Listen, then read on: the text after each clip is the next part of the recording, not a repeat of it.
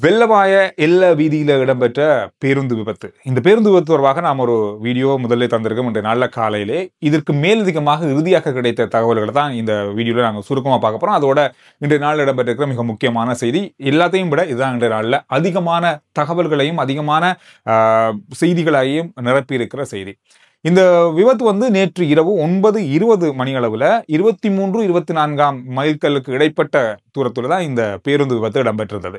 இந்த பேருந்து விபத்து இடம்பெறதுக்கு ஒரு 5 நிமிடங்களுக்கு முதல்ல பேருந்து சாரதி என்ன சொல்லியிருக்காருன்னு சொன்னா, பிரேக் வந்து வேலை செய்யல அப்படின்ற மாதிரி சொல்லியிருக்காரு நடத்துனரும் அங்கிருந்த பயணிகளும் வந்து இதை பெருசா எடுத்துக்கொள்ளல. இதை சாதாரணமா அவர் சொல்றாரு, ஏதோ விளையாட்டுக்கு சொல்றாரு அப்படின்னு நினைச்சிட்டு இருந்திருக்காங்க. இந்த அவர் சொல்லி ஒரு வளைவை தாண்டி வரும்போது ஒரு பள்ளம் இருந்துக்கு, அந்த பள்ளத்தை இறக்கி இவங்க கொண்டு வந்திருக்காங்க, ஏதோ ஒரு வழியில கொண்டு வந்துட்டாங்க. ஆனா அந்த பள்ளத்தை இறக்கினதுக்கு பிறகு ஒரு டிப்பர் ரக லொரிய முந்திரத்துக்கு முயற்சி செய்த போதுதான் இந்த பேருந்து விபத்து ஏற்பட்டிருக்கு. இதை வந்து இந்த விபத்துல இருந்து தப்பித்த ஒருவர் சொன்ன வாக்குமூலத்தில் ஊடகங்களுக்கு சொன்ன கருத்துக்களின் அடிப்படையில் இது வழியாக இருக்கு. தகவல்களை வழங்கியவர் வந்து சாரதிக்கும் அந்த நடத்துனருக்கும் இடைப்பட்ட அந்த இடத்துல இவர் இருந்திருக்காரு. எனவே இவங்க பேசிக்கொண்டதெல்லாம் அவருக்கு தெரிஞ்சிருக்கு. இந்த அடிப்படையில பேருந்தை அவர் நிறுத்தியிருக்க வேண்டும், அல்லது ஏன் அதுக்கு பிறகும் இந்த பேருந்தை அவர் வந்து செலுத்தினாரு, பிரேக் வேலை செய்யலன்னு தெரிஞ்சும் இன்னொரு வாகனத்தை ஏன் அவர் ஓவர்டேக் பண்ணார் அப்படின்ற பலதரப்பட்ட கேள்விகள் இப்போ இருக்கு. இதை தாண்டி இந்த பேருந்து விபத்தை தொடர்ந்து மீட்பு பணிகளுக்காக இராணுவத்தினர் உடனடியாக விரைந்து அழைக்கப்பட்டார்கள். குறிப்பா இதுல வந்து 200 இராணுவ வீரர்கள் இந்த மீட்பு பணிகளில் ஈடுபட்டதாக சொல்லியிருக்காங்க. இராணுவத்தினுடைய ஆரம்ப கட்ட பணிகள் வந்து 9:40 மணி அளவிலேயே ஆரம்பிக்கப்பட்டது. ஒரு 15 நிமிடத்துக்குள்ளே இது ஆரம்பிக்கப்பட்டது. ஆனாலும் 1000 அடி கீழே இருப்பதால அங்கு இறங்கி செல்வதற்கான அந்த கயிறுகளை சரியான முறையில் அமைக்கிறதுக்கான நேரம் மிகப்பெரிய அளவுல ஏற்பட்டதாக சொல்லப்படுது. இதுல இன்னும் ஒரு முக்கியமான ஒரு விஷயம் நடந்திருக்கு. ஒருவர் அந்த கிராமத்தில் இருந்த ஒருத்தர் உடனடியாக அந்த கயிற்றின் மூலமாக சென்று இராணுவத்தினர் செல்வதற்கு முதல்லையே பேருந்து விபத்துக்குள்ளாகி பேருந்துக்கு மேல 4 உயிரிழந்தவர்களும் 3 காயமடைந்தவர்களையும் பார்க்கக்கூடியதாக இருந்தார். அந்த 3 பேரையும் இவர் ஒவ்வொன்றாக அந்த கயிற்றின் உதவியோடு மேலே கொண்டு வந்து வைத்தியசாலையில் அனுமதிக்கிறதுக்கு உதவி செஞ்சிருக்காரு. அவரும் மிகப்பெரிய அளவுல காயமடைந்திருக்காரு. அதுக்கப்புறம் தான் அவரை தேடி பார்க்கும்போது அவரும் ஒரு ராணுவ வீரர். அவர் வந்து வெள்ளவாய பிரதேசத்தை சேர்ந்தவர். அவர் விடுமுறையில வீட்டுக்கு வந்திருந்த நேரத்தில் இந்த விபத்து நடந்தது. அந்த விபத்தின் அடிப்படையில் இவர் அதை உதவி செஞ்சிருக்காரு. இவர் வந்து அதுக்கு ஏற்ற மாதிரி இவர் பயிற்சி பெற்ற ஒரு ராணுவ வீரர்னு சொல்றாங்க.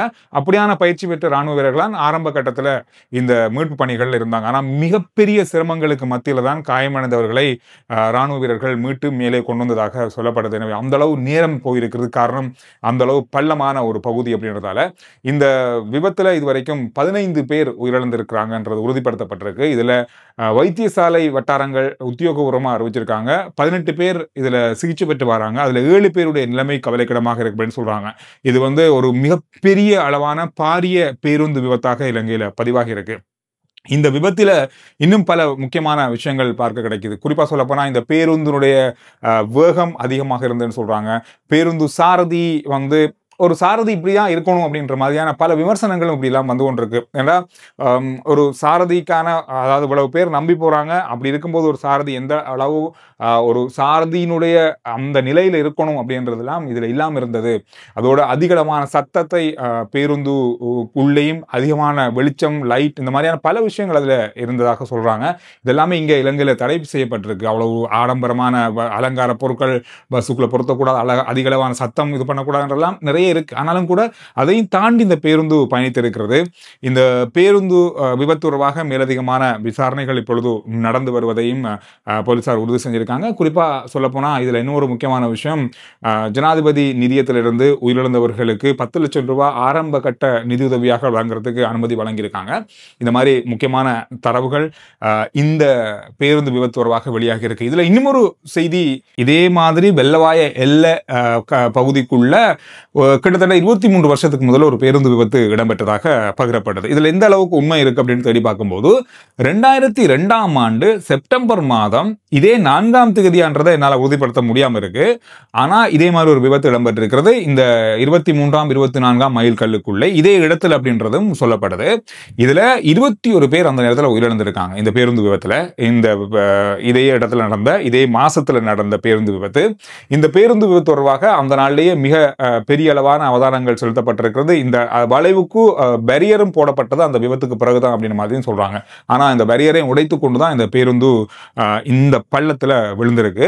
இதுல உங்களுக்கு தெரியும், இந்த வருஷத்துல மே மாசத்துல இன்னொரு பேருந்து விபத்து குருநாகல்ல இருந்து நுரலையா இருந்து குருநாகல் நோக்கி சென்ற பேருந்து பள்ளத்துல விழுந்ததுல அதுல உயிரிழந்தவர்களுடைய எண்ணிக்கை 21 பேர். அது ஒரு மிகப்பெரிய அவலமாக பார்க்கப்பட்ட ஒரு விபத்து. அதே போல பதுளையை நோக்கி சென்ற ஒரு பேருந்து விபத்தும் இடம்பெற்றிருந்தது. இதுலையும் கிட்டத்தட்ட 12 பேர் உயிரிழந்திருந்தாங்க. இந்த மாதிரி பேருந்து விபத்துகள் அதிகளவான உயிர்களை இலங்கையில பறித்து கொண்டே இருக்கு. தொடர்ச்சியா இதுக்கு என்ன நடவடிக்கை எடுக்கப்பட போகுது அப்படின்னு தெரியல. இதுல மிக முக்கியமா அதிக வேகமும் சாரதிகளுடைய கவலையினமும் அப்படின்றதுதான் ஆரம்ப விஷயமாகவே, அடிப்படை விஷயமாகவே பார்க்கப்பட்டது. இதுல அதை தாண்டி தான் மற்ற விஷயங்கள் இருக்கு. எனவே இதை எப்படி கட்டுப்படுத்த போறாங்க, இனி வருகின்ற நாட்கள் இந்த பேருந்து பயணங்களை நம்பி எப்படி மக்கள் போக போறாங்க, இந்த மாதிரியான பல விஷயங்கள் இருக்கு. இதுல அவதானம் செலுத்த வேண்டிய நிலையில இப்பொழுது எல்லா தரப்பினரும் இருக்காங்க. இது எப்படி இதுக்கான முடிவு வைக்க போகுது அப்படின்றத யார் அறிய போறாங்க, யார் இதுக்கு பதில் சொல்ல போறாங்க அப்படின்னு தெரியல. இதோட 2 நாளைக்கு முதல் நாங்க பேசிய விஷயம் தான், இலங்கையில நூரேலியாவில் ஒரு போதைப்பொருள் ஃபேக்டரி ஒன்றே நடத்தி இருக்காங்க அப்படின்ற தகவலை இந்தோனேஷியாவில இருந்து கைது செய்யப்பட்டு அழைத்து வரப்பட்ட போதைப்பொருள் பாதாள உலகத்தைச் சேர்ந்தவர்கள் வழங்கிய தகவல் அடிப்படையில் இந்த தகவல் பகிரப்பட்டது. இன்றைய நாளில் நூரேலியாவில் அது எங்க இருக்கு, எந்த பிரதேசம் அப்படின்ற அடிப்படையில் தகவல்கள் எடுத்துக்கொண்டு காவல்துறையினர் அங்கு சோதனை நடவடிக்கைகளில் ஈடுபட்டிருந்தாங்க. இது மித்தனிய பிரதேசத்தில் இருக்கிற ஒரு வீடு. இந்த வீட்டின் சோதனை நடவடிக்கையின் போது இங்கு பலதரப்பட்ட பொருட்கள் இப்பொழுது கைப்பற்றப்பட்டிருக்கிறது. குறிப்பா இந்த வீட்டை சோதனை நடத்தும் பொழுது அங்கு தீப்பற்றி கொண்டதாகவும், இது பிறகு தீ அணைக்கும் வேலைகள் நடந்ததுக்கு பிறகு இங்கு சோதனை நடவடிக்கைகள் நடந்திருக்கிறது. இந்த சோதனை நடவடிக்கையின் போது 2 கண்டெய்னர்கள் அங்கு கைப்பற்றப்பட்டிருக்கிறது. அதைத் தொடர்ந்து அகழ்ந்து நடவடிக்கைகள், அதாவது இந்த கொண்டுவரப்பட்ட ரசாயனங்கள், ஐஸ் போதைப் பொருள் தயாரிக்கிறதுக்காக கொண்டு வரப்பட்ட ரசாயனங்கள் மண்ணுக்கு அடியில் புதைத்து வைத்திருப்பதாக தகவல் சொல்லப்பட்டதை தொடர்ந்து அங்கு அகழ்வு நடவடிக்கைகள் நடந்திருந்தது. இதுல சொல்லப்பட்ட விஷயம் என்னன்னு சொன்னா, முதல்ல அங்கிருந்து, அதாவது தகவல் சொன்னவர்கள் சொன்ன தகவல் அடிப்படையில் 2000 கிலோ ரசாயனம் தான் ஐஸ் போதைப் பொருளை தயாரிக்கிறதுக்கான முக்கிய மூலப்பொருளான அந்த ரசாயனம் கொண்டு வரப்பட்டது என்று சொல்லி, ஆனா இந்த கண்டெய்னர்கள்ல 50,000 கிலோ கொண்டு வந்திருக்கலாம் அப்படின்ற மாதிரி முதல் கட்டத்தில் சந்தேகம் எழுந்திருக்கிறது. இனி இந்த அகழ்வு நடவடிக்கைகள் இப்பொழுது நடந்து கொண்டிருக்கு. முழுமையாக நடந்ததுக்கு பிறகுதான் இதனுடைய முழுமையான தகவல்கள் வெளிவரும் அப்படின்ற மாதிரி சொல்றாங்க. முதல் கட்டமாக ரசாயனத்தினுடைய சில பகுதிகள் இப்பொழுது கண்டெடுக்கப்பட்டிருக்கிறது. குறிப்பா இந்த ரசாயனங்களை உரபேக் மாதிரியான அந்த பொலித்தீன் பைகள்லையும் கம்பிகளாலும் சுற்றி மறைக்கப்பட்டிருப்பதாக சொல்லப்பட்டிருக்கு. இந்த மித்தனிய ஃபேக்டரியினுடைய வீட்டின் உரிமையாளர் இப்பொழுது தலைமறைவாக இருப்பதாகவும் அவரை கைது செய்வதற்கான நடவடிக்கைகளும் இப்பொழுது மேற்கொள்ளப்பட்டு வருவதாக சொல்லப்பட்டிருக்கு.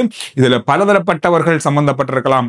அரசியல்வாதிகள், போலீசார் என்று இவர்களுக்கு உதவி செஞ்சிருக்கலாம். இவர்கள் தொடர்பாகவும் இப்பொழுது பல விசாரணைகள் பல கோணமாக நடந்து வருவதாக சொல்லப்பட்டிருக்கு. இந்த விஷயங்கள் தான் இன்றைய நாளில் பார்க்கப்பட்ட மிக மிக முக்கியமான செய்திகளாக இருக்கு.